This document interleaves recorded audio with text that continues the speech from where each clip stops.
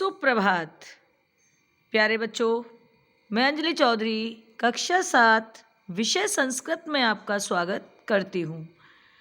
बच्चों, आज हम द्वादश पाठ यानी पाठ 12 विद्याधनम का अध्ययन करेंगे। विद्याधनम मतलब विद्या ही धन है। ये अध्याय आपका कक्षा में हो चुका है। चलिए हम दोहराते हुए इसका अध्ययन शुरू करते हैं। शब्दार्थ मतलब शब्दार्थ। बच्चों, सबसे पहले हमें शब्दार्थों का अध्ययन ही करना चाहिए, जिससे हमें पाठ को पढ़ने में और समझने में सहायता मिलती है। चोरहार्यम चोरों द्वारा चुराने, चोरों के द्वारा चुराने योग्य। राजहार्यम राजा के द्वारा छीनने योग्य। भ्रातृभाज्यम भाइयों के द्वारा बांटने योग्य। भारकारी भार बढ़ाने वाली। प्रच्छन्न गुप्तम अत्यंत गुप्त। भोग करी भोग का साधन उपलब्ध कराने वाली। परा सबसे बड़ी। राजसु राजाओं में। कैयूरा बाजूबंद। चंद्रोज्ज्वला चंद्रमा के समान चमकदार। नालंकृता नहीं सजाया हुआ। ये विप्लेवनम शरीर पर लेप लगाने योग्य। मूर्धजा वैणी या चोटी वैणी।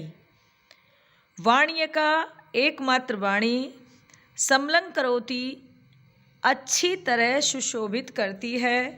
संस्कृता संस्कार युक्त। धार्यते धारण की जाती है। क्षीणतदैव भूषणानि संपूर्ण आभूषण नष्ट हो जाते हैं। भाग्य क्षय अच्छे दिन बीत जाने पर। आश्रय सहारा। कामदूता इच्छा अनुसार फल देने वाली। सत्कार्यतम समान केंद्र के या समूह यानी समान का केंद्र या समूह। रत्ने वृणा रत्नों रहित। विद्याधनिकारम विद्या पर अधिकार। तस्माद् वन्यप्य अतः दूसरे सबको छोड़कर। अब हम इसका प्रश्न उत्तरों का अध्ययन बच्चों करेंगे। चलिए शुरू करते हैं प्रश्न उत्तर। एक पदेन प्रश्नानाम उत्तराणि लिखत यानी एक शब्द में उत्तर दीजिए निम्नलिखित प्रश्नों के लिए। कहा पशु कौन पशु है? विद्या विहीन यानी विद्या के बिना। का भोग करी विद्या। के पुरुषम न विभूषयन्ति। कैयूरा क्या होगा इसका उत्तर? कैयूरा। का एका पुरुषम समलं करोति। कौन पुरुष को सुशोभित करती है? वाणी। कानि क्षीयन्ते भूषणानि यानी कौन नष्ट नहीं होता या क्या नष्ट नहीं होता, तो क्या नहीं होता? भूषणानि। प्रश्न नंबर 6 पूर्ण वाक्येन प्रश्नानाम उत्तराणि लिखत यानी पूर्ण वाक्य में उत्तर देने के लिए प्रश्नों के उत्तर लिखिए। गुरुणाम गुरु का आसीत। गुरुओं की गुरु कौन है?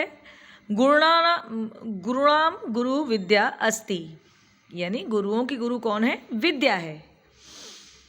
दोबारा से पढ़ते हैं। गुरुणाम गुरु का अस्ति। गुरुणाम गुरु विद्या अस्ति। कीदृशी वाणी पुरुषम समलं करोति। संस्कृता वाणी पुरुषम समलं करोति। तो कैसी वाणी पुरुष को सुशोभित करती है? यानी संस्कृता वाणी पुरुष को सुशोभित करती है। व्यय कृते किम वर्धते खर्च करने से क्या बढ़ता है? व्यय कृते विद्याधनम वर्धते यानी खर्च करने से विद्याधन बढ़ता है। भाग्यक्षय आश्रय कह। भाग्यक्षय आश्रय विद्या यानी भाग्य नष्ट हो जाने से कौन सहारा देता है या भाग्य साथ न देने पर कौन सहारा देता है? तो भाग्य साथ न देने पर विद्या हमें सहारा आश्रय मतलब सहारा देती है। भाग्यक्षय आश्रय विद्या। विद्या हमें भाग्य के खराब होने पर आसरा देती है या हमारी सहायता करती है, ऐसे भी हम कह सकते हैं। बच्चों, वैसे तो हमने इसका अर्थ कक्षा में करा दिया है, लेकिन फिर भी आपकी सुविधा के लिए एक बार इसको हम और दोहराते हैं।